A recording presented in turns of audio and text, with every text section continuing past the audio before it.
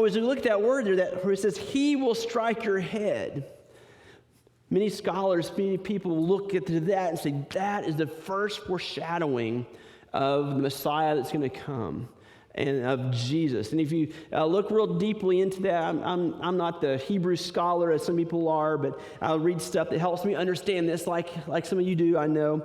But as you read that, the wording in the Hebrew there is he will. It's not talking about a plural necessarily, but it's talking about a specific he that will strike your head.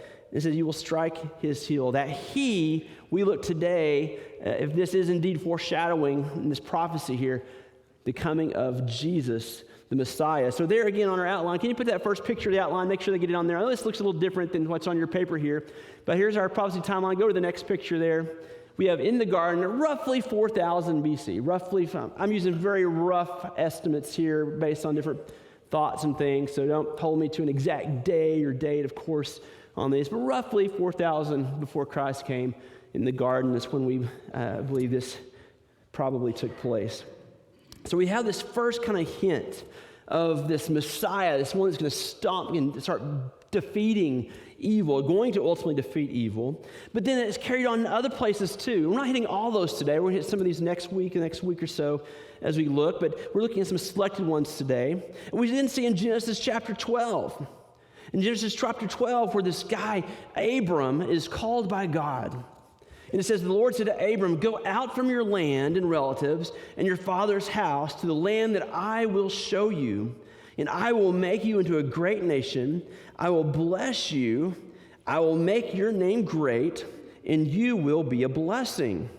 I will bless those who bless you. I will curse those who curse you and treat you with contempt, and all the peoples on earth will be blessed through you.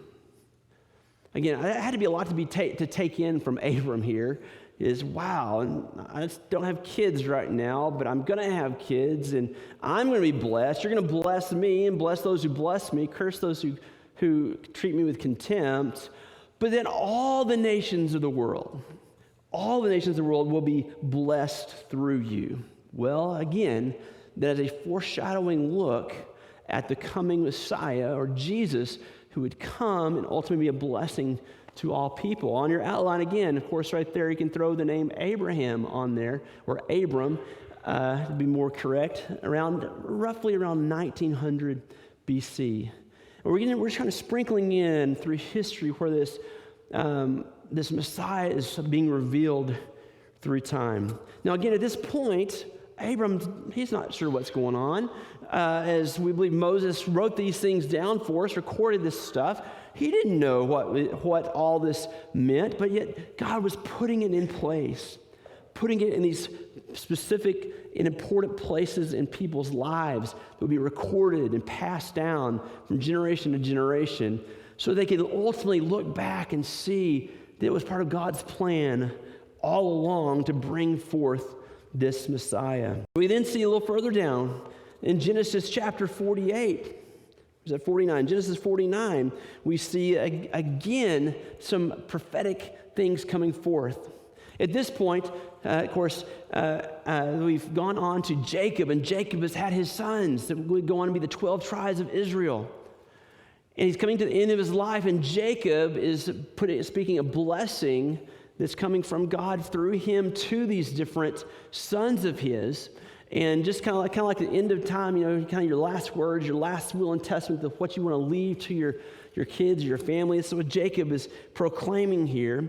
And specifically to his son Judah, he says this: Judah is a young lion. My son, you return from the kill. He crouches, he lies down like a lion or a lioness. Who dares to rouse him? And this is where it gets interesting. The scepter will not depart from Judah, or the staff from between his feet, until he